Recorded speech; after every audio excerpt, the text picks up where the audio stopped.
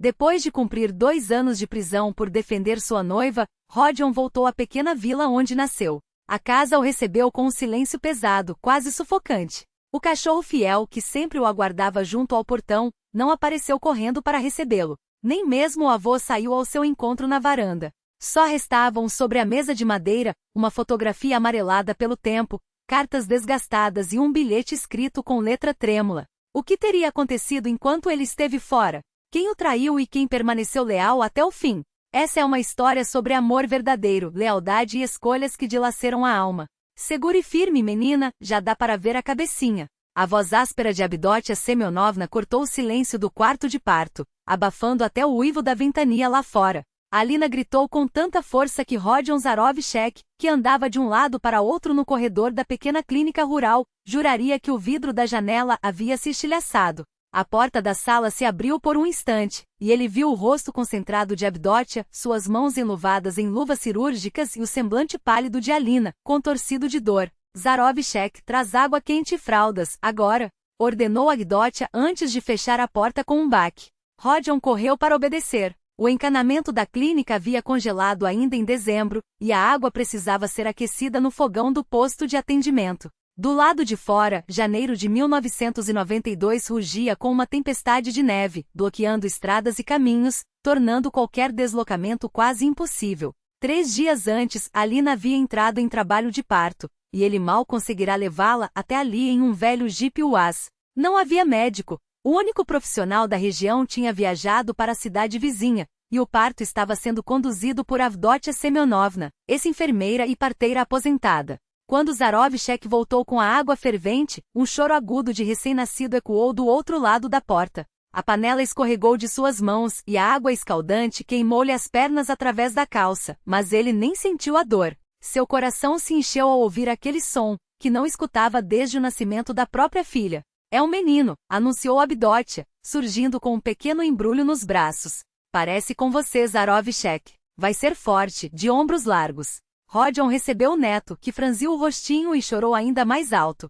Calma, marinheiro, calma, sussurrou ele, balançando o bebê. Nesta terra, ninguém vai fazer mal a você. O avô está aqui. Sua mãe, Clava, abandonou o garoto. Zarovchek permanecia diante da fotografia da esposa, emoldurada em madeira escura. 7 dias haviam se passado desde o parto. Ao amanhecer, ele acordou com um silêncio incomum na casa. Alina havia sumido. Sobre a mesa, apenas um pedaço de papel arrancado de um caderno. Perdoe-me, Zarovchek. Não consigo ficar presa entre 4 paredes. Agora ele é seu. Talvez um dia eu volte se ainda houver lugar para mim. Encontrou o bebê na manjedoura improvisada, quieto, com os olhos bem abertos, como se compreendesse que fora deixado para trás, abandonado como um filhote sem mãe. Alguém bateu à porta. Entre dúzia, não está trancado, respondeu ele. Avdotia Semyonovna entrou, envolvida em um xale de penas, e seu olhar foi direto para o berço. Foi embora então, constatou ela sem surpresa. Eu já sabia.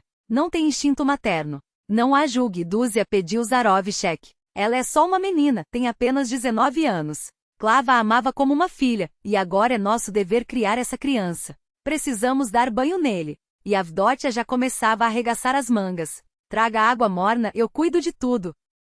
O primeiro banho do pequeno Rodion, neto que herdara a teimosia do avô, transformou-se em um ritual solene. Avdotia comandava, enquanto Zarovchek, desajeitado, tentava segurar o corpinho escorregadio na bacia. Não é assim, segure a cabeça direito. Você não está limpando um peixe, resmungava ela, embora seus olhos brilhassem de carinho. Vai ser um marinheiro, sorriu Zarovchek, quando o neto relaxou em seus braços após o banho. Não tem medo de água. Marinheiro, claro, ironizou Avdotia. Vai ser guardião da floresta, como o avô. Vai passar a vida no parque natural. Ele mesmo vai escolher, Dúzia. Zarovchek enrolou a criança com cuidado nas fraldas. O importante é que cresça uma boa pessoa. O verão de 1997 foi abrasador. Com 5 anos, Rodka corria à frente do avô pela trilha da floresta, carregando uma mochilinha com ferramentas, uma pá pequena e uma enxadinha. Avô, olha o que eu achei! Exclamou o menino, pegando uma pena do chão. De quem é? Escute, respondeu Zarovchek, erguendo um dedo. Ouve aquele canto vindo do carvalho? É um pintacilgo, neto. Guarde bem o som dele. Cada pássaro tem sua própria voz. Quando aprender a distingui-las, você conseguirá conversar com a floresta.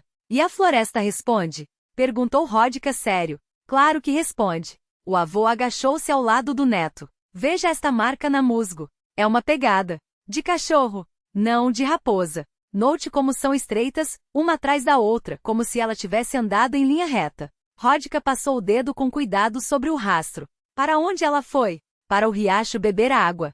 Queremos seguir? O menino assentiu, e os dois avançaram pelo caminho quase imperceptível, com Zarovchek andando devagar, dando tempo para que o neto identificasse as marcas das patas. 10 minutos depois chegaram ao riacho e avistaram a raposa, lambendo a água com elegância.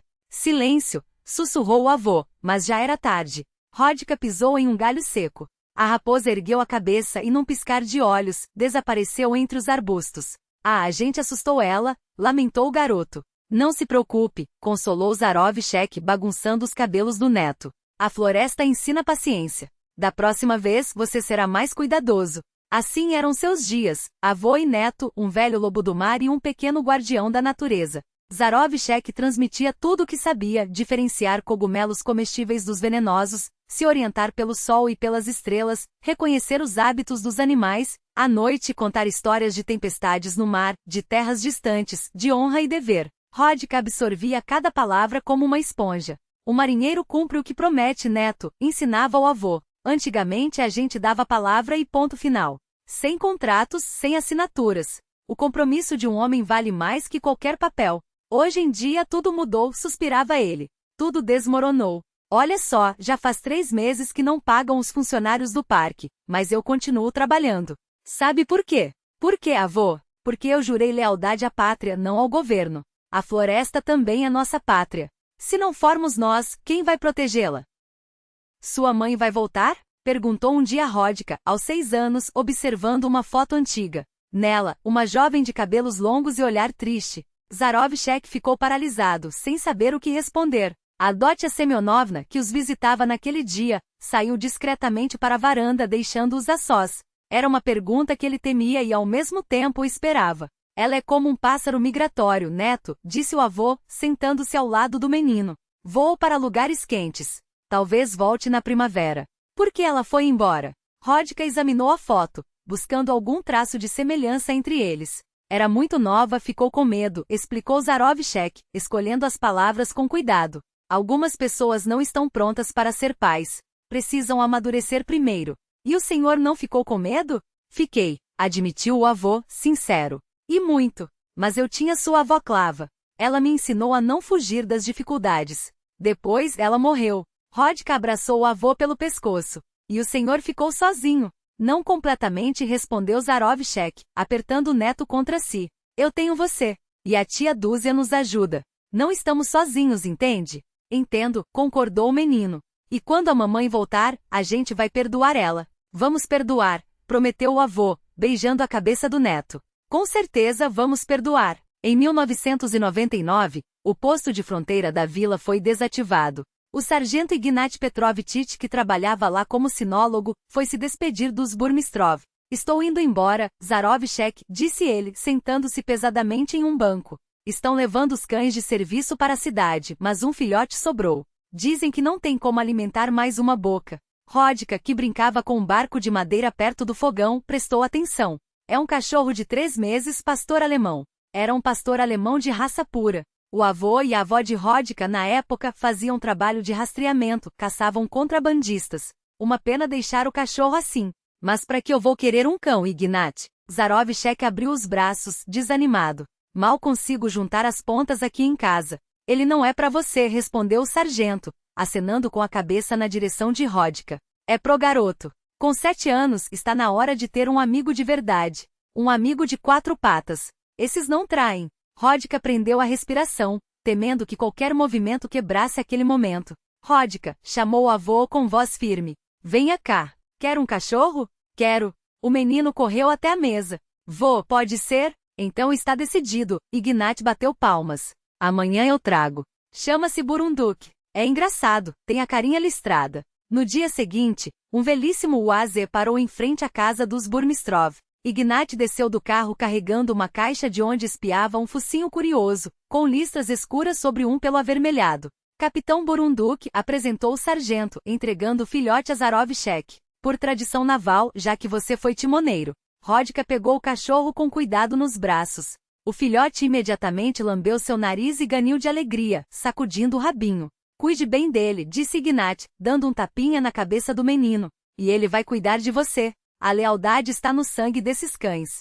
É coisa de Raiz, entende? Raiz, repetiu Rodica, apertando contra o peito aquele novelinho quente e fofo. Como há de uma árvore. Exatamente, confirmou Ignat. Raiz profunda. E quando a tempestade vem, é ela que segura tudo no lugar. Zarovchek observava em silêncio enquanto neto e cachorro se conheciam. Algo lhe dizia que aquele capitão peludo não seria apenas um animal de estimação, mas um verdadeiro amigo e protetor para a família. E na parede, dentro de uma moldura de madeira, a foto de Cladia sorria, como se abençoasse aquela pequena, porém forte família que, contra todas as adversidades, havia lançado raízes naquela terra severa, mas generosa. Rodica, levanta-se, não vai perder a hora. A voz do avô se misturava ao sono matinal do garoto como uma corda de navio em meio a um mar tempestuoso. Rodion virou-se para o outro lado, puxando o cobertor sobre a cabeça. Do lado de fora ainda era noite, mas pela frente estava o primeiro dia de aula do novo ano, 2001. Rodion, o avô arrancou o cobertor de uma vez. O ônibus não vai esperar, e você não vai andar 15 verstas a pé. Capitão Burunduk, agora um cão adulto de 3 anos, apoiou as patas na cama e lambeu o rosto do dono. Traidor, riu Rodion, afastando o focinho molhado. Vocês dois se conspiraram, hein? Tudo nos conformes, camarada, brincou Zarovchek, estendendo uma camisa bem passada. E não se esqueça, hoje à noite vou verificar seu caderno. Meia hora depois, Rodion estava na parada da vila com a mochila pesada nas costas. A neblina pairava sobre o riacho, e o ar cheirava folhas caídas e umidade de outono. Desde que o Parque Natural começou a receber verbas federais, a estrada até o centro do distrito havia sido consertada, e agora um velho paz aparecia todas as manhãs para buscar os poucos alunos. Terceiro ano do nono, suspirou Zarovchek, aproximando-se. Como o tempo voa. Daqui a pouco já vai estar pensando em faculdade. Já estou pensando, vô, respondeu Rodion, sério. Ontem vi na internet. Abriram uma nova faculdade de tecnologia florestal na região. Ora, veja só, resmungou o avô. E eu aqui imaginando que você tinha pedido aquele telefone com internet só para ficar paquerando meninas. Rodion corou. As meninas, por enquanto, ocupavam um espaço em sua vida algum lugar entre as tarefas de álgebra e a ração do Burunduk. Ah, para com isso, vô. O ônibus surgiu na curva, tremendo. Zarovchek pousou a mão no ombro do neto. Passe na casa da tia Duzia depois da aula. Ela fez uns bolos. Na aula de biologia, a professora Ana Petrovna distribuía as provas corrigidas. Burmistrov chamou, entregando-lhe o caderno com um grande 5 vermelho. Parabéns! O único que descreveu corretamente a cadeia alimentar da nossa região. É porque ele vive com os guardas florestais, gritou Vit Egorov, do fundo da sala. O vovô dele agora manda no parque e recebe dinheiro do governo. Egorov, em vez de ficar de fofoca, melhor lia um livro, cortou a professora. Vai ter que refazer essa nota? Depois das aulas, Vitya e 2 amigos esperaram Rodion perto do portão. Que foi, Burmistrov? Empurrou-o pelo ombro. Acha que é o mais inteligente só porque agora os guardas do seu avô ganham salário, enquanto meu pai está desempregado? Seu pai é caçador ilegal, Egorov, respondeu Rodion, calmo. Meu avô disse que a floresta agora está protegida. Não dá para derrubar a árvore onde bem entender. E você entende do quê? Vitya levantou a mão, mas não chegou a bater. Entre ele e Rodion apareceu a pequena figura de Katia Vorobiova da turma paralela. Deixa ele em paz, Egorov, guinchou ela. Vou contar tudo pros professores. Sai daqui, passarinha, Vitya empurrou, e a menina caiu numa poça. O que aconteceu depois, Rodion lembrava como se estivesse em meio a uma tempestade na floresta. Uma fúria surda tomou conta dele. Sem dizer uma palavra, agarrou Vitya pela gola da jaqueta e o pressionou contra o muro da escola. Pede desculpas para ela, rosnou entre os dentes. Vitya, de repente percebendo que Burmistrov era uma cabeça mais alto e muito mais forte, empalideceu. Tá bom. Desculpa, Katia, murmurou. Rodion soltou-o e estendeu a mão para ajudar Katia a se levantar. Você está bem? Estou, sorriu ela, tirando a terra da farda. Obrigada. Daquele dia em diante, Rodion ganhou o apelido de Lesnik, o guarda florestal, não de forma ofensiva, mas com respeito. E ninguém mais teve coragem de provocá-lo. Rodica, cuidado. O grito do avô se misturou ao rugido gutural de uma ursa. Rodion congelou, percebendo que havia cometido um erro irreparável. Eles estavam vistorando um trecho remoto da reserva, e ele se distraíra com um barulho estranho, até se ver cara a cara com uma ursa enfurecida, protegendo 2 filhotes. Tudo aconteceu em segundos. Rodion ouviu o estalar de galhos e viu uma massa poderosa se arremessar em sua direção através da vegetação. No instante seguinte, algo pesado e quente o derrubou. Não era a ursa. Capitão Burunduk colocará-se entre o dono e o animal. Os pelos do dorso se eriçaram, e de sua garganta saiu um som mais parecido com o rugido de um leão do que com o latido de um cão. O pastor alemão não recuou um milímetro, mantendo sua posição. A ursa hesitou, indecisa. Rodka, saia daí. Devagar, não corra. Ordenou Zarovchek, que surgira na clareira com a espingarda. Burunduk, venha. Mas o cão não se mexeu. Rodion recuou de costas até o avô, sem tirar os olhos da ursa. Quando o homem e cão estavam atrás de Zarovchek, ele disparou um tiro para o alto. A ursa resmungou, virou-se e desapareceu na mata, levando os filhotes. Rodion, ainda tremendo, abraçou Burunduk pelo pescoço. O cão lambeu seu rosto, como se verificasse se o dono estava inteiro. Bobão, seu neto, resmungou o avô, sentando-se num tronco caído. Seu rosto estava mais pálido que casca de bétula. O cachorro acabou sendo mais esperto que você. Que diabo te levou para aquele lado? Pensei que fossem caçadores ilegais, baixou a cabeça Rodion, envergonhado. Quis verificar. Zarovchek enxugou os olhos com a manga. Aí está a lealdade de verdade, apontou para o cão, agora colado à perna do neto. Não como certas pessoas. Havia tanta amargura na voz do avô que o coração de Rodion se apertou. Ele sabia de quem Zarovchek falava, de Alina, a mãe que nunca voltou em nenhuma primavera. Caminharam de volta em silêncio, apenas Burunduk, como se compreendesse a solenidade daquele momento, carregava a cabeça erguida, olhando de vez em quando para seus humanos.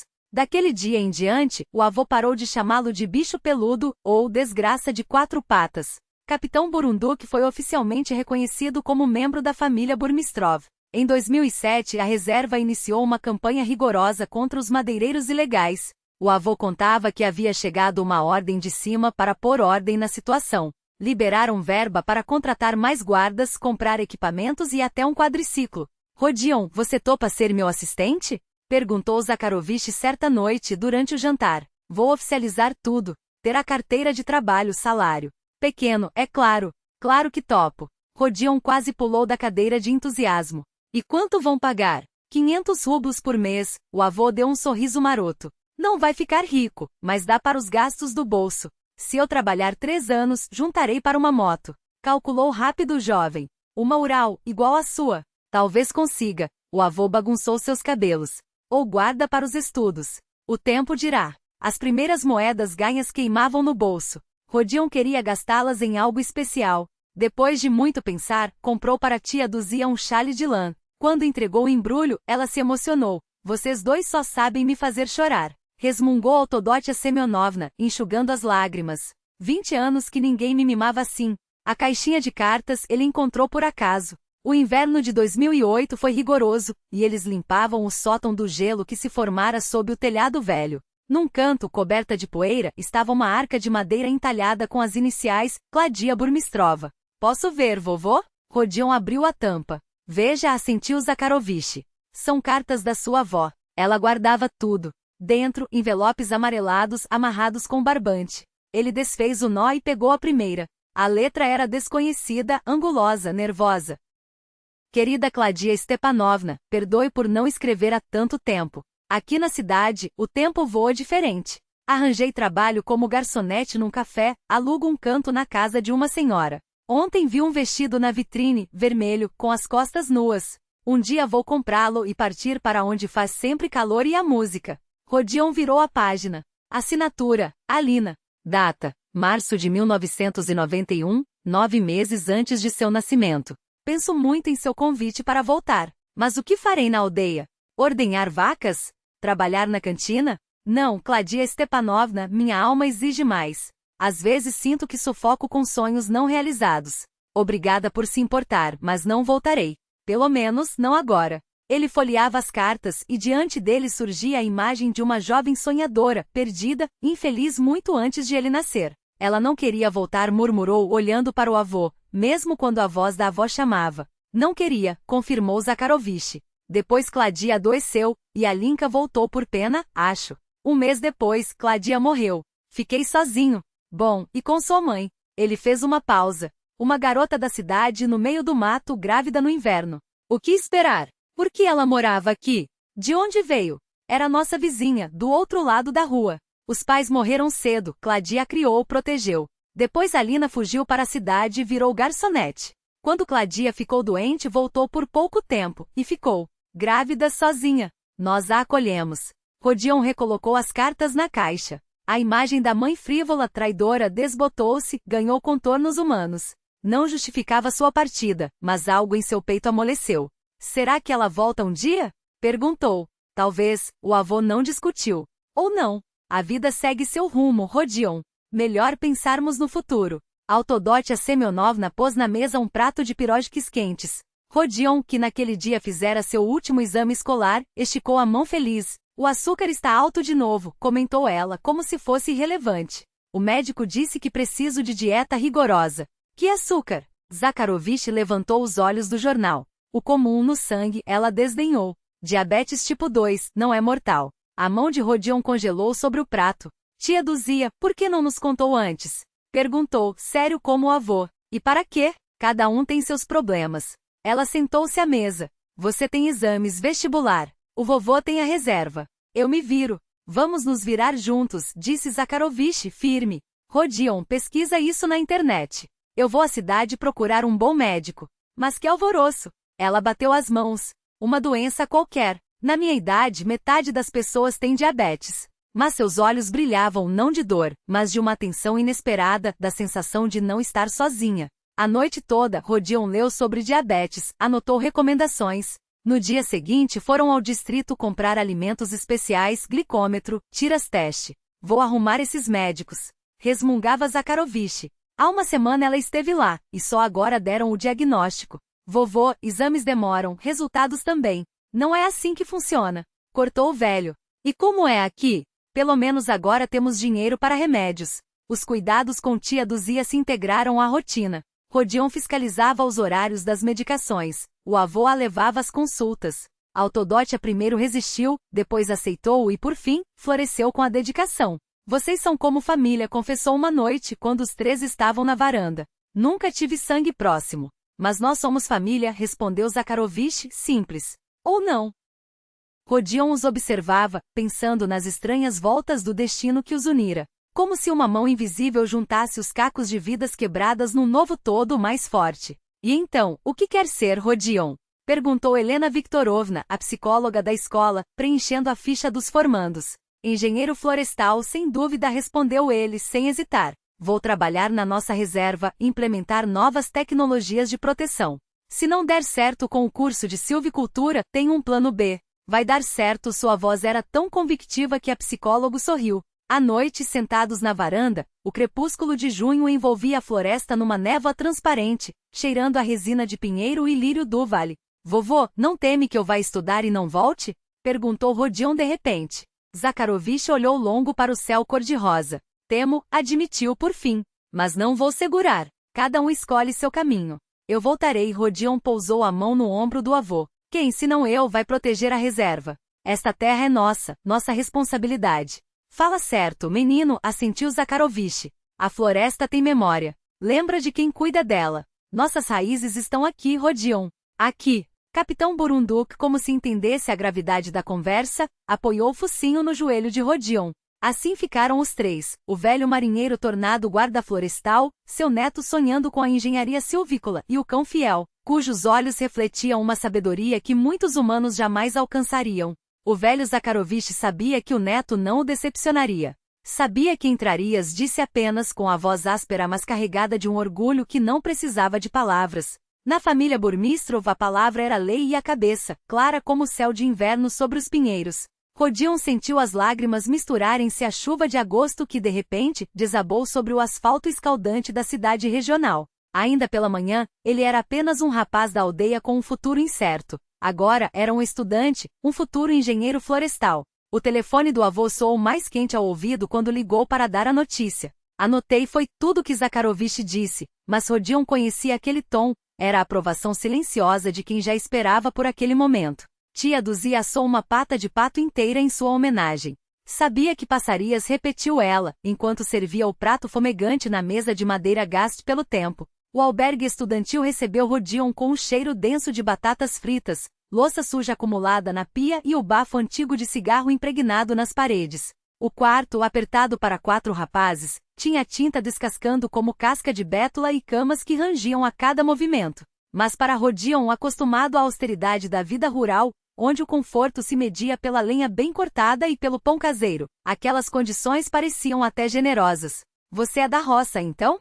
Sérgio, um dos colegas de quarto, filho de gerações urbanas, olhava para ele com uma curiosidade mal disfarçada. Lá por onde você mora, os ursos passeiam pelas ruas. Só quando são convidados para o chá, respondeu Rodion, arrumando suas poucas roupas no armário de madeira compensada. Os risos que se seguiram quebraram o gelo mais rápido do que ele imaginava. Naquela mesma noite, Sérgio o convidou para uma festa. É o batismo dos calouros, explicou, piscando um olho. Não é na sala de aula que a gente conhece as garotas, não é? Rodion hesitou. Clubes, discotecas, multidões barulhentas, tudo aquilo era território desconhecido para ele. Na aldeia, as diversões se limitavam às raras danças no clube local durante as festas do vilarejo, quando o salão de madeira rangia sob os passos dos pares e o cheiro de vodka caseira se misturava ao suor. Mas recusar não era uma opção. Afinal, uma nova vida começara. O clube o atingiu como um soco. Música ensurdecedora, luzes estroboscópicas cortando o ar, um emaranhado de perfumes caros e suor. Rodion ficou parado junto à parede, alto e largo de ombros, com um ar perdido que ninguém parecia notar, exceto ela. Entediado? A voz surgiu do meio da penumbra colorida, como um suspiro entre as batidas da música. Uma silhueta esbelta emergiu da multidão, cabelos castanhos cacheados caindo sobre os ombros, olhos da cor de uma tempestade se aproximando. Rodion sentiu o rosto queimar. Sim, acho que sim, gaguejou. Milana. Ela estendeu a mão fina e delicada como um galho novo. E você é Rodion Burmistrov. Ele apertou seus dedos com cuidado, temendo esmagá-lo sem querer. Vamos considerar que já nos conhecemos, sorriu ela. Dance comigo. Rodion queria recusar. Não sabia dançar. Seus pés eram como troncos pesados, e a ideia de tropeçar em alguém o paralisava. Mas havia algo naquele olhar, na curva dos lábios, na inclinação quase imperceptível da cabeça que o fez assentir. No meio da pista, sentiu-se como um urso que, sem querer, invadira um balé. Movimentos desajeitados, o medo constante de pisar nos pés de alguém. Relaxe, sussurrou Milana, aproximando-se. Imagine que estamos sozinhos na floresta. Só você, eu e a música. Como você sabe da floresta? Surpreendeu-se ele. Ela passou os dedos por seu antebraço, onde a pele bronzeada pelo sol do campo contrastava com a palidez urbana. Suas mãos são fortes. Seu bronze não é de praia. E seus olhos, eles olham longe. Você é daqueles lugares onde as árvores são mais altas que as casas, não é? A música mudou. Uma melodia lenta tomou conta do salão. Milana deu um passo à frente, colocou as mãos em seus ombros. Abraça-me pela cintura, disse baixinho. E balance apenas no ritmo. Rodion obedeceu, tímido. Sentiu o calor do corpo dela, o perfume desconhecido, o batimento de 2 corações, ou seria apenas o seu acelerado? Moviam-se devagar, quase sem sair do lugar, e a cada compassos ele se soltava um pouco mais, entregando-se àquela sensação estranha e nova.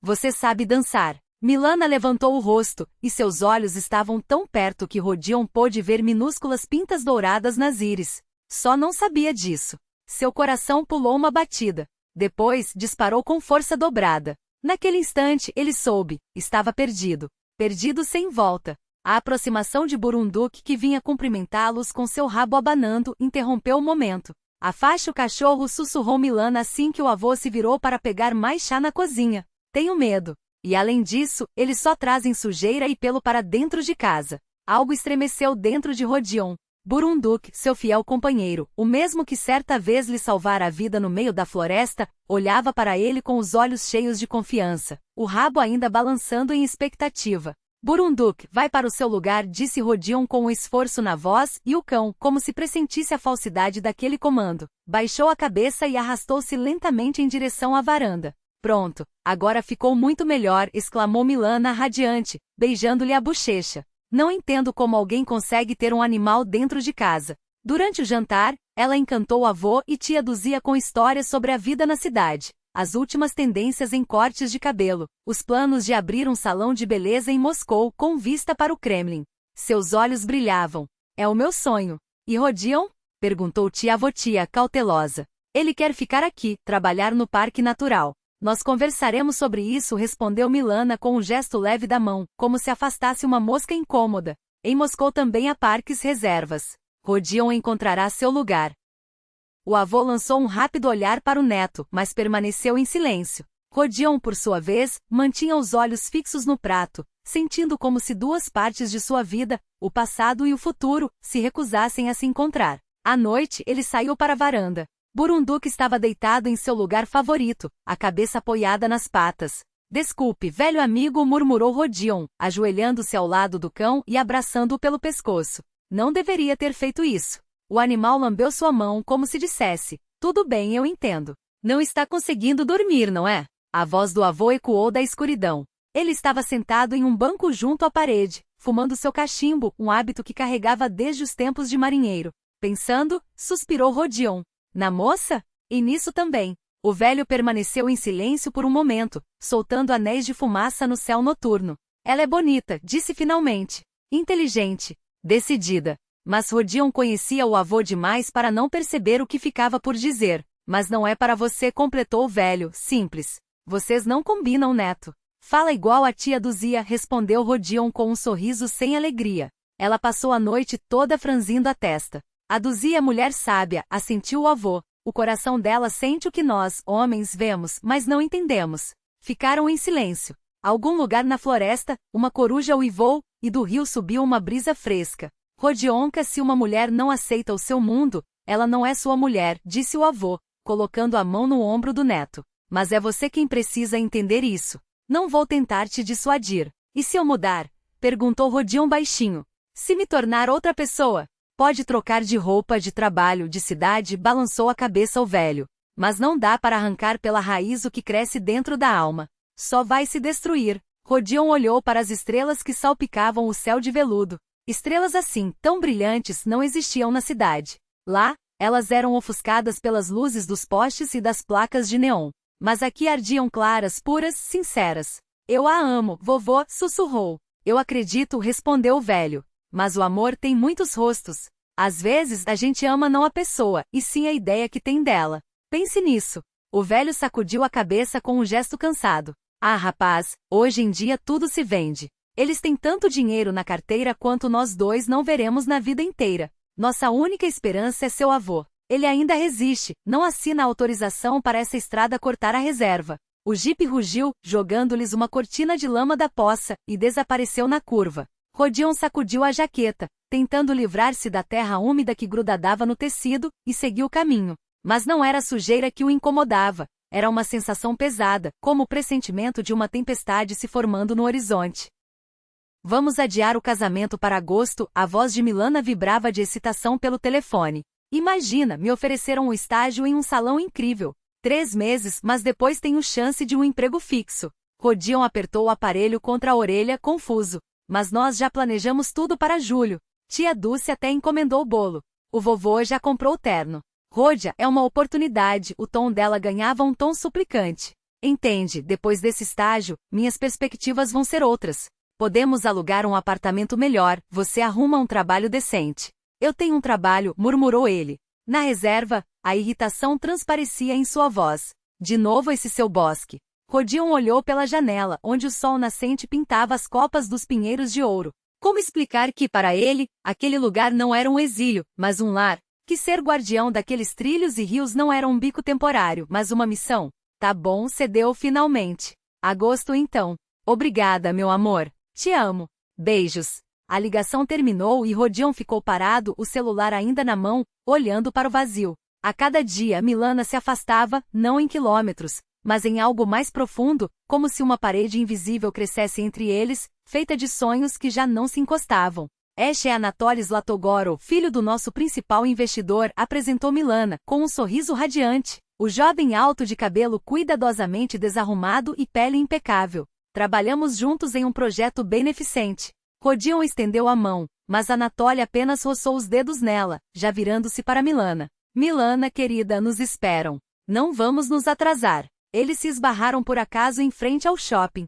Rodion havia ido à cidade buscar peças para a moto e, ao vê-la, quis fazer uma surpresa. A surpresa foi dele. Este é meu noivo, Rodion, explicou Milana, constrangida. Eu falei de você, Anatoly.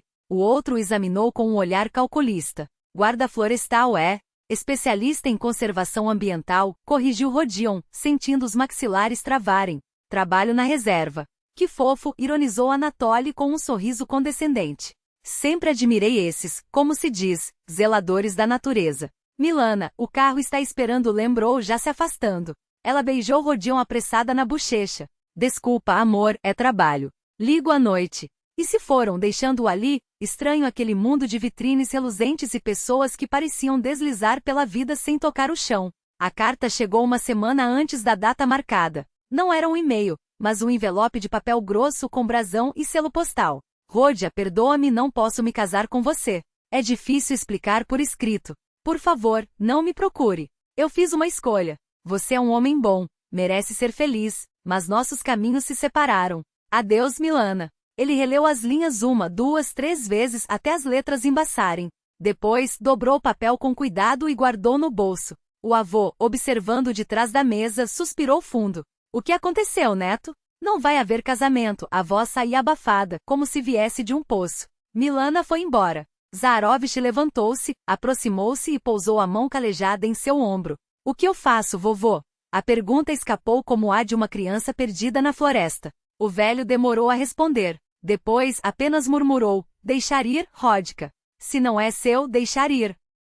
Mas Rodion não conseguiu soltar. Passou 3 dias como em um sonho espesso, e no quarto foi para a cidade. Precisava vê-la, ouvir a verdade de seus próprios lábios, olhar nos olhos dela uma última vez. O restaurante Ferradura de Ouro brilhava com sua placa de neon na rua principal. Coincidência. Ele apenas passava, voltando da rodoviária, quando os avistou através da vitrine. Milana e Anatoly estavam à mesa junto à janela. Ela ria, jogando a cabeça para trás, enquanto ele sussurrava algo em seu ouvido, a mão repousando em seu ombro nu. Rodion parou, paralisado. O mundo ao redor desacelerou, os sons se apagaram, e só restou aquele vidro frio, separando 2 realidades, a dele e a dela. Seus pés o levaram até a porta. O porteiro tentou barrá-lo. O senhor tem reserva. Mas Rodion apenas o afastou com um gesto e entrou. Milana foi a primeira a vê-lo. Seu rosto congelou, os olhos arregalados. Rodion. Anatoly virou-se, deslizando sobre ele um olhar indiferente, antes de voltar-se para ela. O que esse guarda-matas está fazendo aqui? Rodia, por favor. Milana levantou-se, bloqueando o caminho. Vamos sair, conversar. Por que a carta? Perguntou ele baixo. Por que não me disse na minha cara? Não queria te machucar. Ela baixou os olhos. Nossos caminhos são diferentes. Não nasci para a vida no mato. Anatoly me oferece outra coisa. Vamos para a Europa, depois para os Estados Unidos. E nossos planos? Sua voz tremeu. Nossa casa, nossa família. Você é um homem bom, Rodion. Ela olhava além dele, como se temesse encontrar seu olhar. Mas não quero passar a vida numa vila perdida. Escute, amigo. Anatoly levantou-se, jogando a guardanapo sobre a mesa com desdém. Você ouviu tudo. Agora nos deixe em paz. Temos um jantar particular. Rodion fitou-o, a pele bem cuidada, a postura segura, o sorriso arrogante nos lábios finos. Você nem imagina o que destruiu, disse, contendo a tempestade que fervia dentro dele. Amigo, você entende muito bem. Anatoly passou o braço pelos ombros de Milana. A moça escolheu o que é melhor. Não dá para passar a vida se enterrando no mato com esses, como dizer, selvagens locais. Algo dentro de Rodion estalou. Não foram as palavras de desprezo que o feriram. Foi a palavra selvagens, cuspida com nojo, como um insulto à memória do avô, da avó, de toda sua gente e de sua terra. Repete o que você disse, sibilou entre os dentes, dando um passo à frente. Rodia não. Milana agarrou seu braço. Por favor, disse selvagens, seus rústicos locais, repetiu Anatoly, sem perceber o perigo, o sorriso ainda estampado no rosto. A verdade dói, não é? Essa sua aldeia é um resquício do passado. Meu pai vai comprar tudo, derrubar essas barracas e construir um condomínio de luxo com clube de golfe. E gente como você, contratamos para limpar os banheiros. O punho de Rodion atingiu aquele rosto impecável com uma força que jogou Anatoly contra a parede, derrubando a mesa e a louça ao chão. Os gritos ecoaram pelo salão, o estalar do vidro quebrado. Os seguranças correram, mas era tarde. Rodion, como em um nevoeiro, continuou a golpear, surdo aos gritos de Milana, insensível às mãos que tentavam arrastá-lo para trás. A última coisa que registrou foi o sangue em seus nós dos dedos e um vazio estranho, como se, junto com a fúria, a própria vida tivesse escorrido de dentro dele. Cidadão Burmistrov, levante-se. O tribunal está em sessão. A sala do Fórum Distrital estava lotada. O caso do ataque ao filho de um empresário famoso havia virado sensação. Rodion ergueu-se endireitando os ombros. Atrás dele, o avô sentava-se encurvado, os olhos fundos. Envelhecido, mas mantendo-se ereto com a postura militar que a vida inteira no serviço o ensinou. O veredito era lido em voz alta. Condenação por lesões corporais graves contra Anatólio Platonovich Zlatogorov. Rodion ouvia com a atenção dispersa, como se as palavras ecoassem de um poço distante. Já sabia como tudo terminaria. O pai de Anatólio havia contratado os melhores advogados da região. O diagnóstico da vítima, concussão cerebral, nariz quebrado, contusões múltiplas, enquadrava-se em um artigo severo do Código Penal. E o pior, não havia testemunhas dispostas a confirmar que Rodion fora provocado. Até Milana depôs contra ele, alegando que o ataque fora gratuito, movido por ciúme. 2 anos de prisão em colônia agrícola. Um murmúrio percorreu a sala.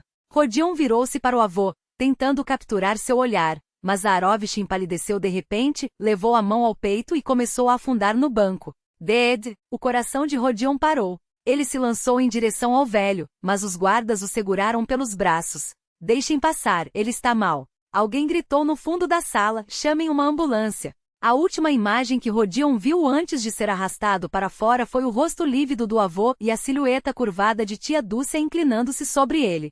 Burmistrov, você tem visita, chamou o guarda, enquanto Rodion descarregava sacos de cimento no pátio da colônia. Rápido, o intervalo do almoço está acabando. Ele sacudiu as mãos cobertas de pó e apressou-se em direção ao prédio administrativo. Em 6 meses de prisão, receberá apenas 3 visitas, 2 da tia Dúcia e uma do policial local, que trouxera um pacote dos vizinhos. Na sala de visitas esperava por ele Semionitch, o antigo guarda florestal que agora substituía Zaharovich no posto de Lesnity. O velho apertou sua mão com força.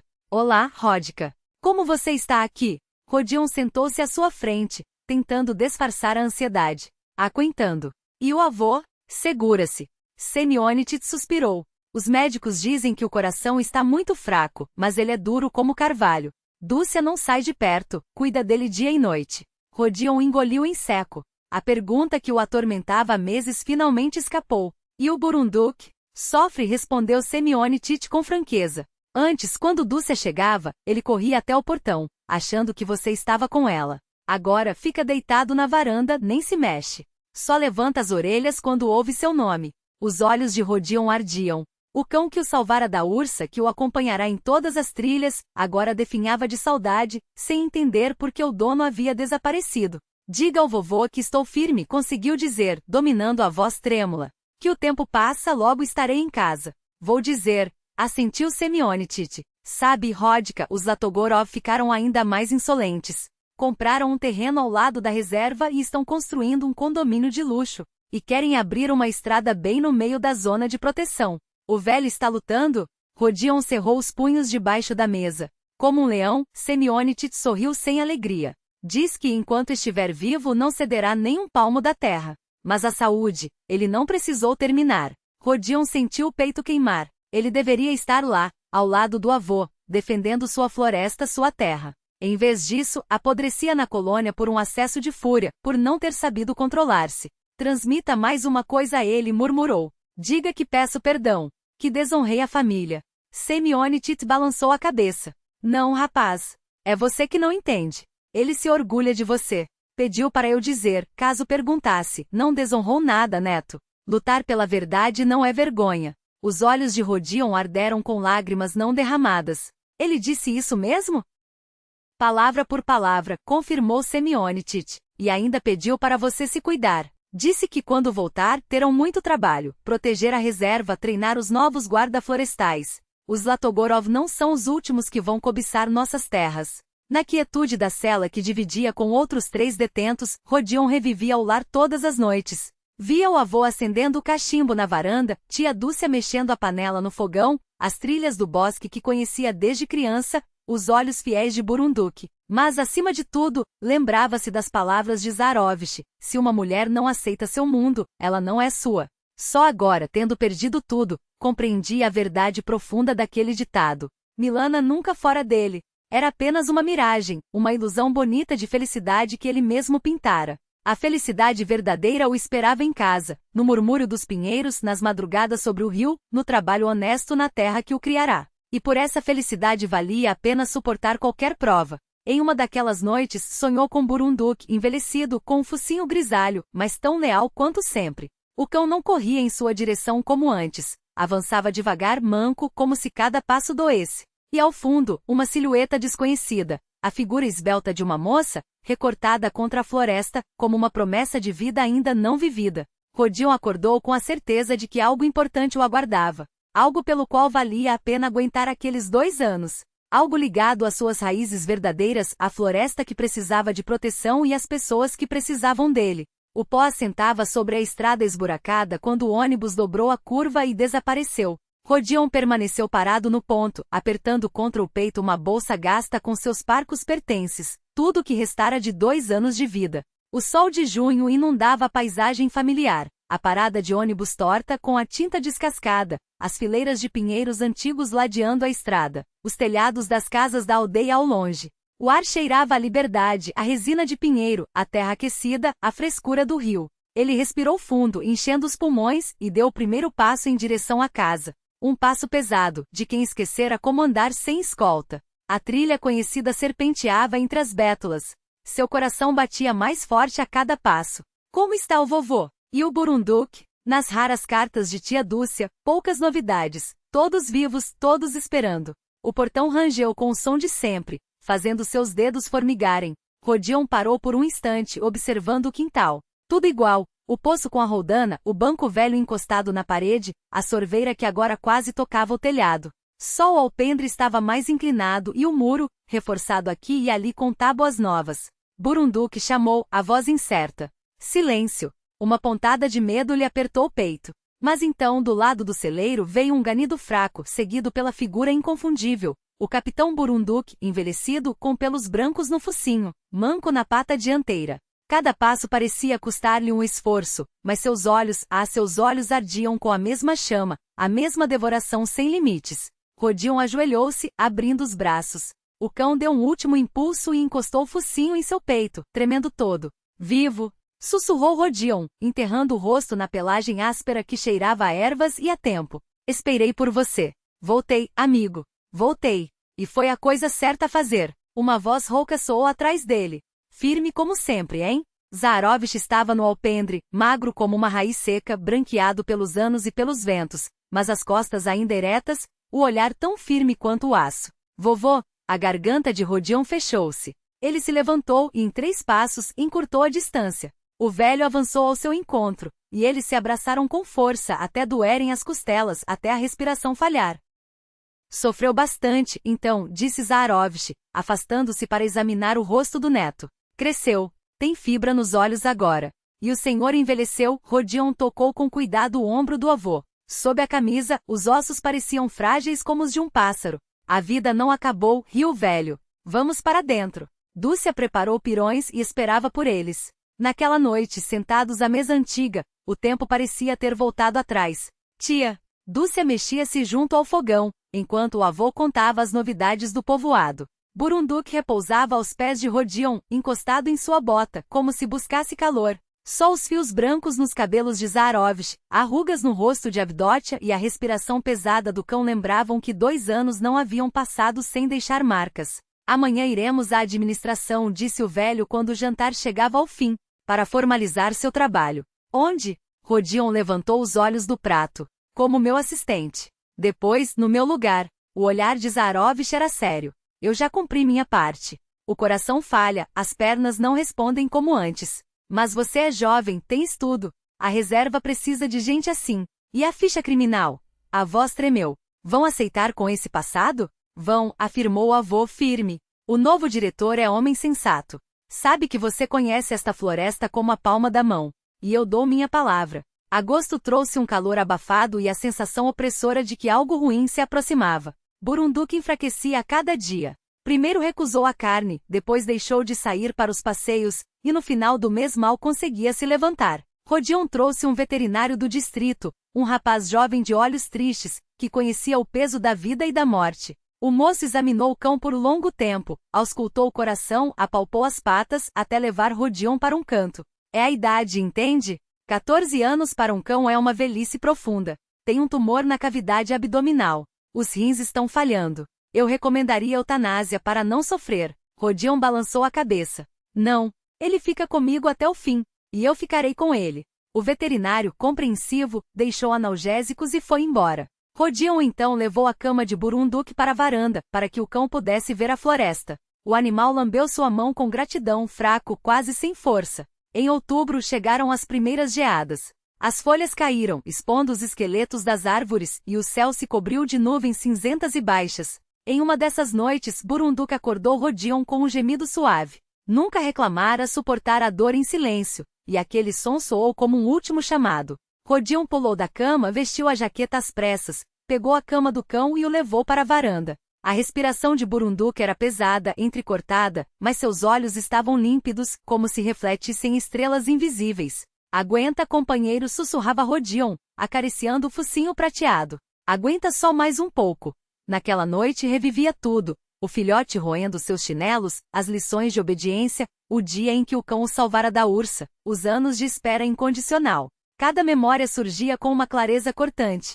Ao amanhecer, o fôlego do animal estava quase imperceptível. De repente Burunduque ergueu a cabeça, como se ouvisse algo só acessível a ele, e depois apoiou o focinho nas mãos de Rodion e se aquietou, tão silencioso como se adormecesse.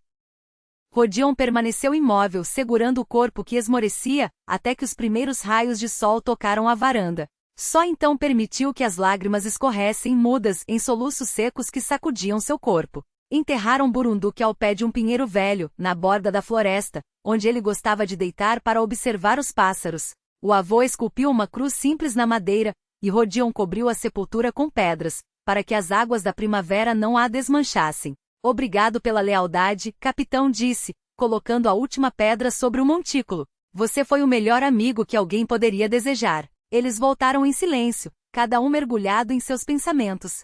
Zaharovich parou de repente, apoiando-se na bengala. Sabe, Rodion, as pessoas poderiam aprender muito com os cães. Lealdade e devotamento, amar sem condições, viver o presente, acrescentou o neto. Eles não guardam rancor, não temem o futuro. Simplesmente vivem e amam. O velho assentiu. Era um cão sábio, seu capitão. Ensino-lhe o essencial. Novembro chegou com neve molhada e ventos cortantes. Rodion retornava de uma ronda longa, encharcado e exausto. Na parada de ônibus coberta por grãos de neve, avistou uma figura solitária. Uma moça com uma mochila enorme, encolhida em uma jaqueta fina. O último ônibus já foi, disse, aproximando-se. O próximo só amanhã de manhã. Ela se virou magra, de cabelos curtos e escuros, olhos cinzentos imensos em um rosto pálido. Que azar! Sorriu, e algo estremeceu no peito de Rodion. Tem alguma pousada ou coisa parecida no povoado? Ele não pôde evitar um sorriso irônico. Só o posto da reserva, mas é só para visitantes oficiais. A quem você veio? A ninguém. Ajustou a mochila. É complicado explicar. Procuro a tumba do meu avô, Stepan Ivanovich Morozov. Dizem que está enterrado por aqui. Rodion congelou. Morozov, aquele nome ecoava desde sua infância. Stepan Ivanovich fora o primeiro oficial do mesmo navio em que Zaharovich servirá como navegador. Eu sei onde é a tumba, disse devagar. Meu avô serviu com o seu. Eram amigos. Os olhos dela se arregalaram. Você é neto de Radion Zakharovich Zbormistrov? Sim. E você? Vesta? Estendeu uma mão fina, quase translúcida. Vesta Morozova. Minha avó falava tanto do seu avô. As famílias eram próximas, trocavam cartas. Rodion apertou sua mão leve, mas surpreendentemente firme. Vamos, disse, pegando sua mochila. Passa a noite conosco. Amanhã eu a levo ao cemitério. No caminho para casa, Vesta contava sua história em fragmentos, como se temesse não ter tempo. Rodion ouvia admirado com a maneira como aquela moça frágil falava de coisas duras com um sorriso, sem um pingo de autocomiseração. Minha mãe morreu de câncer quando eu tinha 12 anos. Nunca conheci meu pai. Era marinheiro como meu avô, mas abandonou minha mãe quando ela era jovem. Minha avó me criou em Arkhangelsk. E há um mês, ela também faleceu. Vesta falava das perdas com naturalidade, como se lessem um boletim meteorológico. Mas Rodion via seus lábios tremendo, o jeito como disfarçava, enxugando com descrição os flocos de neve dos cílios, ou seriam lágrimas? Os parentes me expulsaram do apartamento. Disseram que minha avó deixou tudo para um primo, e eu não tinha direito a nada. Não discuti. Juntei documentos, fotos, o essencial e parti. Para onde? Perguntou Rodion. Ainda não sei, deu de ombros. Decidi primeiro encontrar a tumba do meu avô. Nunca o vi, só em fotografias. Minha avó contava que ele era um herói, salvou uma tripulação inteira durante uma tempestade, e depois simplesmente desapareceu. Voltou para estas terras e morreu de ataque cardíaco um ano depois. Estavam quase chegando a casa quando Vesta parou de repente, levando a mão ao peito. Seu rosto empalideceu ainda mais, os lábios arroxeados. O que foi? Rodion a segurou pelo braço. Nada. Tirou do bolso um comprimido pequeno, colocou-o sob a língua. Já passa. Só fico um pouco sem ar. Você precisa de um médico. Já fui a todos os médicos possíveis. Sorriu novamente e o coração de Rodion pulou. Tem um defeito cardíaco congênito. Não é nada demais, só às vezes lembra que está aí. E viaja sozinha com isso, neste frio. O que fazer? Não havia resmungo em sua voz. Meu coração é doente, mas minha alma é sadia. Isso é que importa. Se a vida é curta, melhor vivê-la com intensidade. Não acha? O avô os esperava na varanda, como se pressentir a chegada de uma visita. Boa noite. Vesta olhou para ele de baixo para cima. O senhor é Rodion Zakharovitch? Sou a neta de Stepan Morozov. Vesta? Zaharovitch a observou por longo tempo fixamente como se visse um fantasma. Entre, filha, disse por fim, afastando-se para deixá-la passar. Há muito a esperamos. Tarde da noite, quando Vesta adormeceu no quarto de Rodion, enquanto ele estendia seu colchão na varanda. O avô saiu para o pátio. Rodion permaneceu sentado nos degraus, observando as estrelas que de repente surgiram entre as nuvens rasgadas. Não consegue dormir? Zaharovitch sentou-se ao seu lado com um gemido surdo das juntas. Estou pensando, respondeu Rodion. Ela fala da morte e da doença, como se fossem coisas sem importância.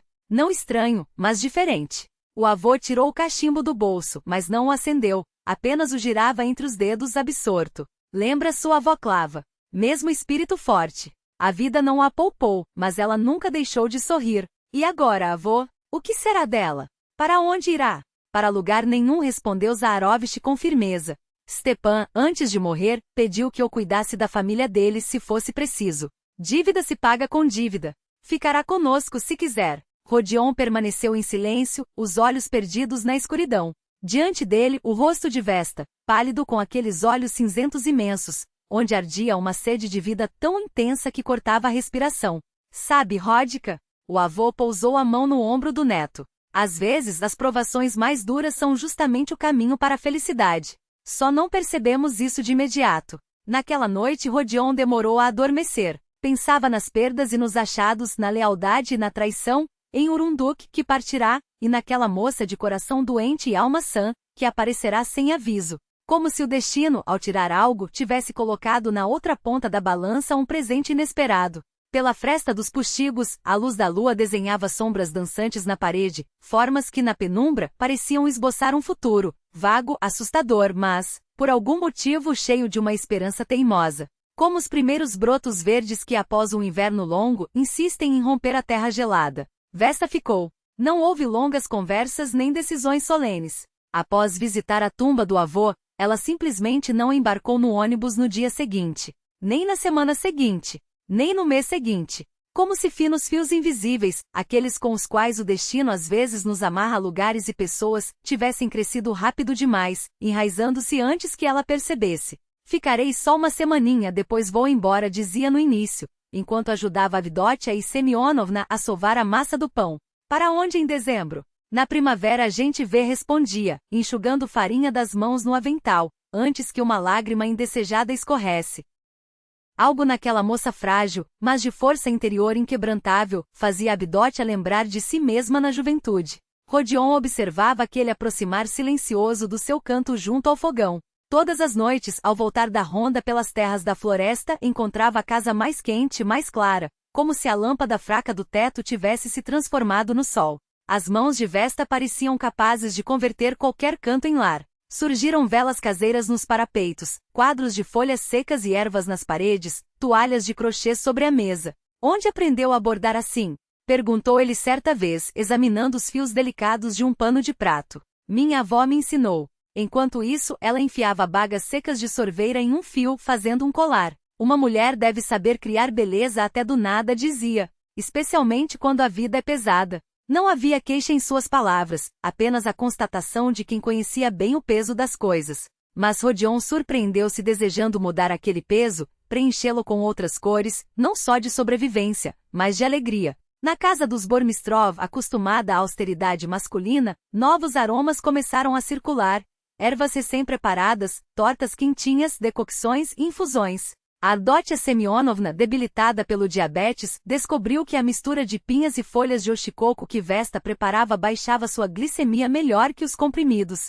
Onde aprendeu isso, menina? Perguntava, satisfeita com os números do glicômetro. Li na internet, encolhia os ombros Vesta. Depois fui testando. Em Arcangels, tinha uma vizinha, uma velha herveira. Ela me ensinou muita coisa.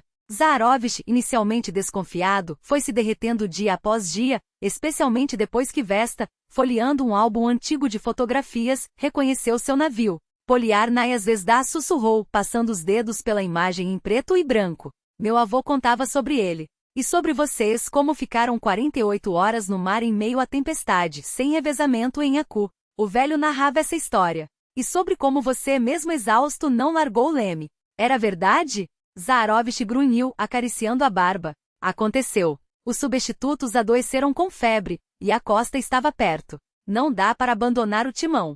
Daquela noite em diante, o gelo entre eles se quebrou. O avô via naqueles olhos a mesma alma indomável de Stepan, uma força que as intempéries não conseguiam dobrar. Passou a contar-lhe histórias do mar, as mesmas que anos antes encantavam o pequeno Rodka.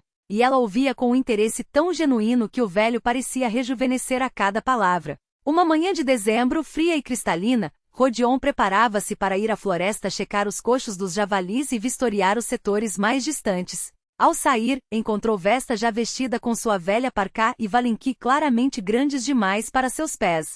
Onde pensa que vai? Surpreendeu-se. Com você ajustou o gorro que insistia em cair sobre os olhos. Quero ver a floresta de inverno de verdade. Mas seu coração. Ele hesitou. É longe. Neve e frio, darei conta, sorriu de um modo que não deixava espaço para recusa. Tenho os remédios. Se cansar, descanso.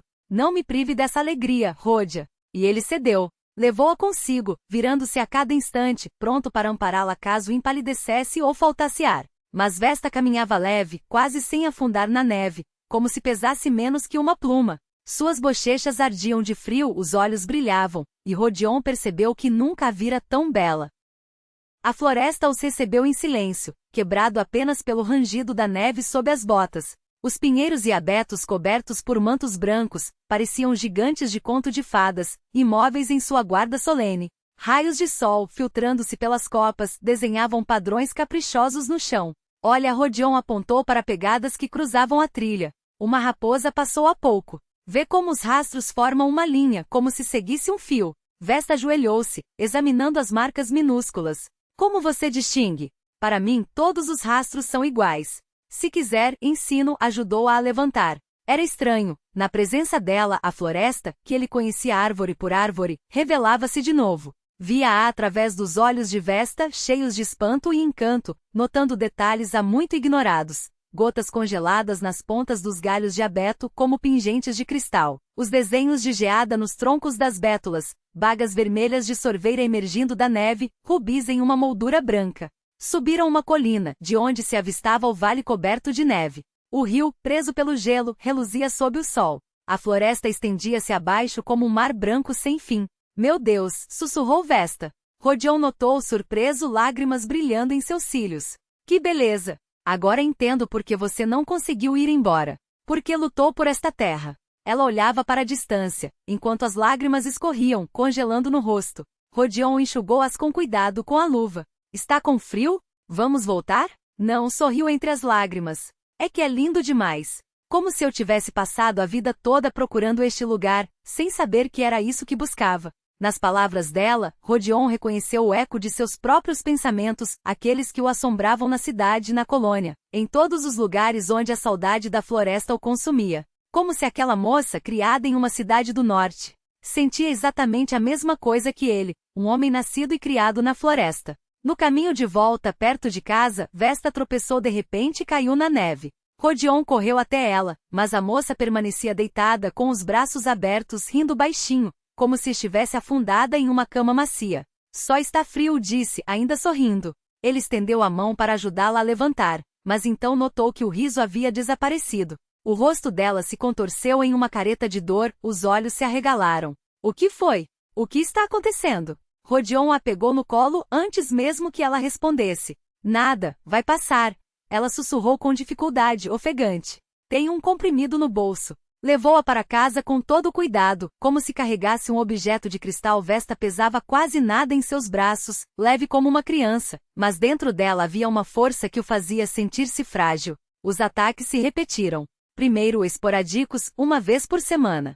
Depois com mais frequência. Até fevereiro de 2016, ela já não conseguia subir a colina sem parar para descansar. Qualquer esforço a deixava sem fôlego, mas teimava em ajudar nas tarefas da casa, em acompanhar Rodion nas curtas caminhadas pela floresta, em aprender a distinguir os rastros dos animais e os hábitos das aves. Você precisa ir ao médico, insistia a Avotia Semyonovna. Vou acionar todos os meus contatos, mas te coloco no hospital regional. Ah, sim, seus contatos, com aquelas serpentes de jaleco branco, resmungava Zajarovich. Vão sugar nosso dinheiro e não resolver nada. Nem todos são assim, retrucava tia Dúcia. Lembra do Sergei Pavlis? Depois do infarto, foi ele quem salvou sua vida. Agora é chefe lá. Vou ligar para ele. Rodion ouvia a discussão em silêncio, observando Vesta tricotar um cachecol como se a conversa não fosse sobre ela. Calma, concentrada, com um leve sorriso nos lábios. Só a palidez e as olheiras azuis denunciavam o esforço que cada respiração lhe custava.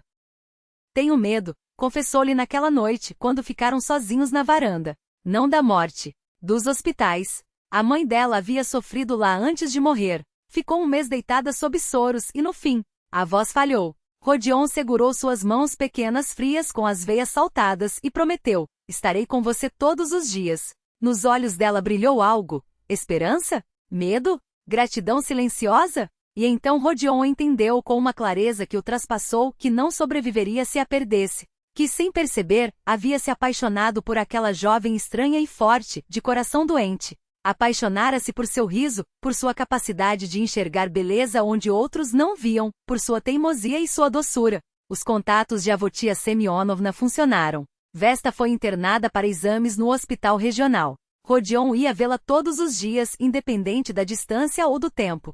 15 quilômetros até o distrito no Velho Ural, depois mais 40 de ônibus até a capital. Nos fins de semana, levava o avô. Ao vê-la pela primeira vez na cama do hospital, o velho mal conteve as lágrimas. Os exames duraram 2 semanas. Rodion aguardava os resultados como uma sentença, rezando a todos os deuses que conhecia. Até que chegou o dia. Sergei Pavlis, médico idoso, chamou-o junto com tia Dúcia para seu consultório. O quadro é grave, mas não é sem esperança, explicou, apontando para as imagens. Aneurisma da aorta agravado por um defeito congênito. Precisa de cirurgia, e quanto antes melhor. Quanto custa um procedimento desses? A Avotia Semyonovna foi direta. O médico citou um valor que fez a visão de Rodion escurecer: 1 milhão. Onde uma família de guardas florestais vai arranjar esse dinheiro? Há uma alternativa, continuou Sergei Pavlis. Cota para tratamento gratuito pelo programa federal, mas a fila é de no mínimo 2 anos. 2 anos? Rodion cerrou os punhos. Você mesmo disse que ela não tem 2 anos. Eu sei. O médico tirou os óculos, esfregando a ponte do nariz, cansado. Foi por isso que os chamei. A Avotia Semyonovna salvou meu filho uma vez, tirando-o das garras da morte. Estou disposto a ajudar com os papéis da cota, mas acelerar o processo. Isso exige outros meios. Saíram da clínica em silêncio. Chovia uma garoa gelada de março, misturada com flocos de neve. Tia Dúcia, enrolada em um chale desgastado, parou de repente e disse: tenho dinheiro. Tia Dúcia, Rodion balançou a cabeça. Preciso de 1 milhão. 420 mil, ela declarou firme. Guardei na poupança há 40 anos, desde moça. E ainda tenho a casa dos meus pais no distrito. Vendendo dá para completar. Mas é tudo que a senhora tem, protestou ele. Sua vida inteira. E para que juntar, se não é para a família? A Avotia Semyonovna falou baixo. Rodion, esses 40 anos economizando. Achava que seria para meu enterro, ou para um asilo quando ficasse muito velha. Mas agora vejo, Deus guardou esse dinheiro para outra coisa. Rodion a abraçou, sentindo os ombros magros tremerem. Vocês sabem que eu e o avô nunca. Sei. Ela se soltou, secando os olhos com o dorso da mão. Mas não é por isso. Vesta é como uma filha que não tive. E para você também. Fitou-o com intensidade. Você a ama, Rodion? Não precisa responder. Eu vejo. Ele não negou. Seria uma mentira. E mentir para tia Dulce era algo que não conseguia fazer. Amanhã vou ao banco, decidiu ela com voz firme. E você descobre a quem e quanto dar para adiantar essa cota. Não me olhe assim, sorriu ela, notando sua expressão. Trabalhei 40 anos como enfermeira. Sei como nosso sistema funciona. Sem ajuda, nada anda. A primavera florescia do lado de fora do hospital, enquanto Vesta murchava a cada dia. Seu rosto tornara-se translúcido como porcelana, os olhos pareciam imensos na magreza do rosto. Mas o sorriso, aquele sorriso claro, incrível, não desaparecia. Conte-me do bosque, pedia sempre que ele chegava. As aves já voltaram? E os açafrões? E Rodion descrevia os primeiros grachos, os riachos abrindo caminho na neve derretida, os pássaros migratórios que retornavam do sul. Às vezes trazia galinhos com botões inchados, e ela os colocava em um copo d'água, observando as primeiras folhas se desdobrarem. A burocracia da cota não andava. O dinheiro de tia Dulce havia sumido em direções desconhecidas. Ninguém dava recibos. As promessas eram vagas. Rodion não se reconhecia mais, consumido pela ansiedade. Vesta enfraquecia.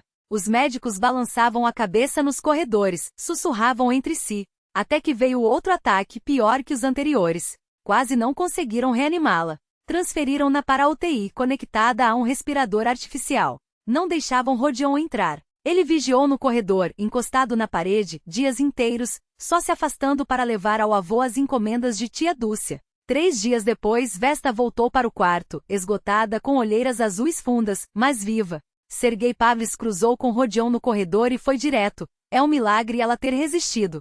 Mas o próximo ataque pode ser o último. O tempo está acabando. Naquela noite, Rodion sentou-se ao lado da cama, segurando a mão dela.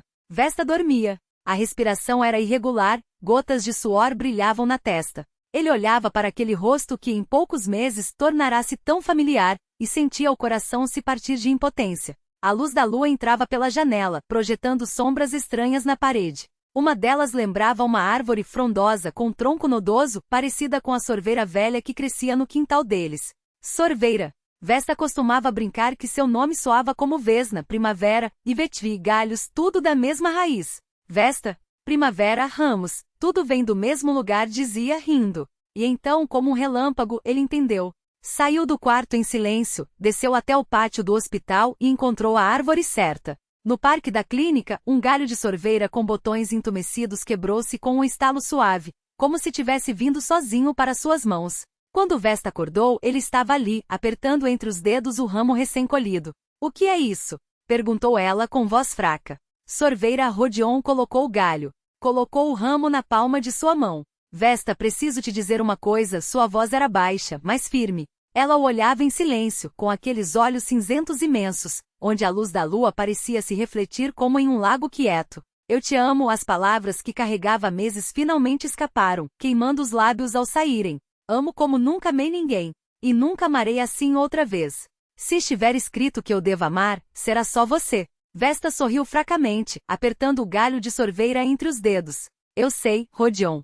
Eu também. A resposta foi um sussurro, mas ecoou nele como um trovão. Case comigo, pediu ele, tomando sua mão com cuidado, como se temesse que quebrasse. Quando você sarar, nos casamos e plantamos uma sorveira perto de casa. Ela crescerá junto com a nossa felicidade. Lágrimas brilharam em seus cílios. E se eu não sarar? A voz dela tremia, mas os olhos não desviavam dos seus.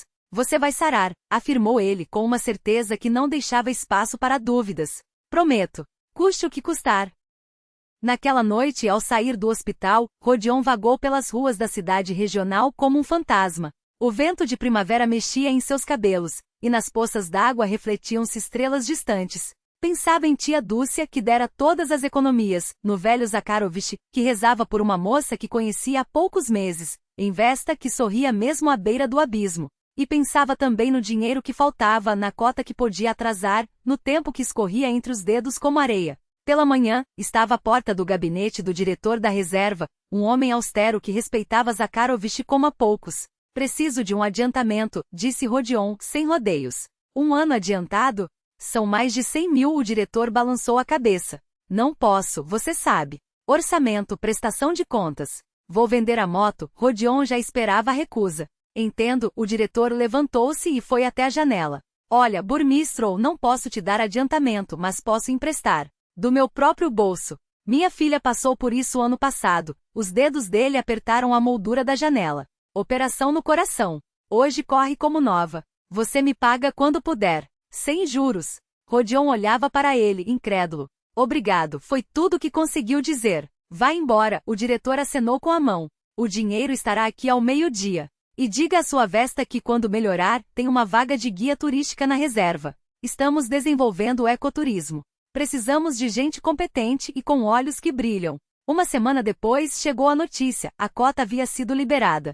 Talvez o dinheiro de tia Dúcia tivesse encontrado o caminho certo, talvez Sergei Pavlovich tivesse se empenhado, ou talvez o destino finalmente tivesse se compadecido. Vesta foi preparada para a cirurgia. Um especialista veio de Moscou, reuniram-se os médicos.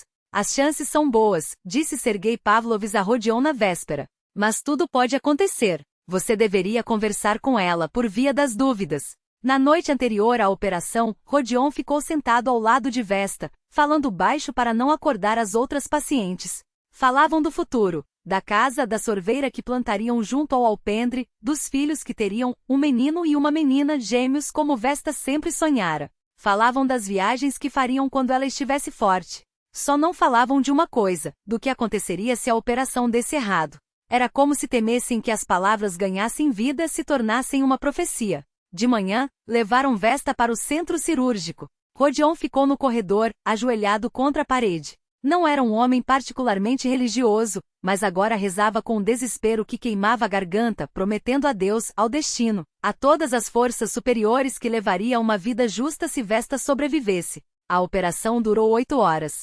Quando a porta finalmente se abriu e o cirurgião, exausto, apareceu, Rodion não conseguiu se levantar, as pernas não o sustentavam. Vai viver, disse o médico seco. Se passar pelas primeiras 24 horas, viverá muito. À noite Rodion estava junto à janela da UTI, observando o rosto pálido de Vesta entre tubos e fios. Ela parecia tão frágil, tão indefesa, mas seu coração teimoso, ferido, porém forte batia agora no ritmo certo, sem falhas. Vamos plantar a sorveira, pensava ele, encostando a testa no vidro frio. E ela crescerá junto com a nossa felicidade. As 2 semanas seguintes se fundiram em um único dia interminável. Cheiro de antisséptico, bips dos monitores, conversas murmuradas com Vesta que ora acordava, ora mergulhava de volta no sono. Rodion dormia sentado em uma cadeira ao lado de sua cama, comia os pirogues que tia Dúcia trazia sem sentir o gosto, lavava o rosto no banheiro do hospital e voltava ao seu posto, como um guarda que não pode abandonar a vigília. No 3º dia, Vesta sorriu ao reconhecê-lo. No 5º deu alguns passos apoiada nele. No 7º pediu um espelho e ao ver a longa cicatriz no peito, não chorou. Apenas disse baixinho, uma marca da vida. Um lembrete de que cada dia é um presente. Ela se recuperava com uma velocidade que surpreendia até os médicos. Sergei Pavlovich, ao visitá-la na 2ª semana, balançou a cabeça. Em minha prática, nunca vi nada assim. Geralmente, depois desse tipo de cirurgia, os pacientes ficam 1 mês de cama. Mas a sua, é como se tivesse renascido. Rodion observava Vesta fazendo exercícios junto à janela, sua silhueta fina na camisa de hospital, frágil e ao mesmo tempo cheia de uma força nova, como uma libélula prestes a voar. E dentro dele desabrochava um sentimento esquecido, a esperança. Não tímida como um açafrão sob a neve, mas poderosa como um carvalho jovem rompendo a terra pedregosa. Quando finalmente receberam alta, Vesta saiu do hospital apoiada no braço de Rodion, não como uma doente, mas como uma mulher que caminha ao lado do homem que ama, com a cabeça erguida. No ônibus que os levava para casa, ela encostou a bochecha em seu ombro e sussurrou: "Nos casamos em julho, quando a sorveira florescer." Julho pintou o mundo com cores vibrantes, o verde esmeralda das florestas, o azul celeste do céu, o ouro do sol. A casa dos Burmistros se transformou, assim como toda a aldeia. Zakharovich pintou as persianas de um azul celeste, trocou as tábuas podres da varanda. Tia Dúcia caiu o fogão, pendurou nas paredes toalhas bordadas que guardava em baús desde tempos imemoriais. O Clube da Cultura Local, antigo centro do serviço florestal, agora renascido graças à iniciativa dos moradores, foi enfeitado com flores vivas e guirlandas feitas à mão. As mulheres da vizinhança trouxeram iguarias. Os homens arrastaram mesas para o quintal. A festa seria simples à moda camponesa, mas sincera como o próprio amor de Rodion e Vesta. A noiva vestia um vestido branco bordado com margaridas azuis, como se iluminada por dentro. A cicatriz no peito não escondeu, apenas a cobriu com um chale fino, tricotado por Avdotia Semyonovna nas longas noites de inverno. Está pronta? Zakharovich, no uniforme naval com botões polidos, estendeu a mão. Ele faria as vezes de pai, conduzindo-a até o altar improvisado. Pronta. Vesta ajustou o vestido, sorriu. Seus olhos refletiam o céu sem nuvens daquele julho. Quando caminhavam pelo caminho coberto de flores silvestres, Zakharovich sentiu a mão da moça tremer. Inclinou-se e murmurou: "Não tenha medo, filha. Eu também tive medo quando me casei com Clava. Depois foram 50 anos de felicidade. Não é medo", ela sussurrou. "É que não acredito que isto está acontecendo comigo." Do outro lado da arca decorada com ramos de bétula, Rodion a esperava, ereto, contido, os olhos cheios de uma ternura que não precisava de palavras. Quando Zakharovich colocou a mão de Vesta na dele, algo tremeu no rosto do jovem, uma sombra passageira, como a nuvem que ofusca o sol por um instante. "Cuem um do outro", disse o velho, afastando-se. Sua voz tremia, mas ninguém notou. Todos olhavam para os noivos, hipnotizados por aquele diálogo silencioso. Tia Dúcia de pé ao lado. Na primeira fila, tia Dúcia apertava contra os olhos um lenço de renda bordado com flores de lis. Lágrimas escorriam por suas faces sulcadas, não as amargas lágrimas da solidão, mas as doces lágrimas da alegria que ela não tinha vergonha de deixar cair. Tudo valeu a pena, pensava, observando as mãos dos jovens se unirem. Todos aqueles anos de espera, os encontros que não aconteceram, os sonhos que não se realizaram, nada havia sido em vão. Por aquele momento valerá a pena viver. Quando os noivos trocaram alianças e se beijaram sob os aplausos e exclamações dos convidados, Avdotia Semyonovna sentiu de repente um toque quente. Zakharovich tomara sua mão em silêncio, daquela maneira simples com que se pega a mão de alguém próximo, que divide a mesma felicidade.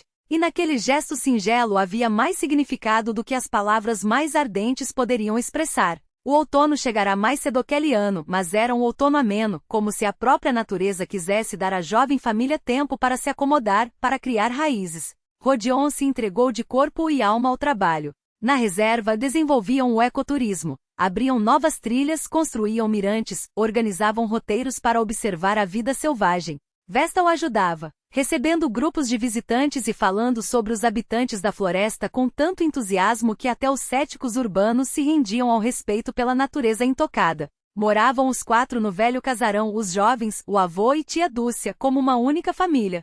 Vesta revelou-se uma dona de casa talentosa, não apressada, mas meticulosa.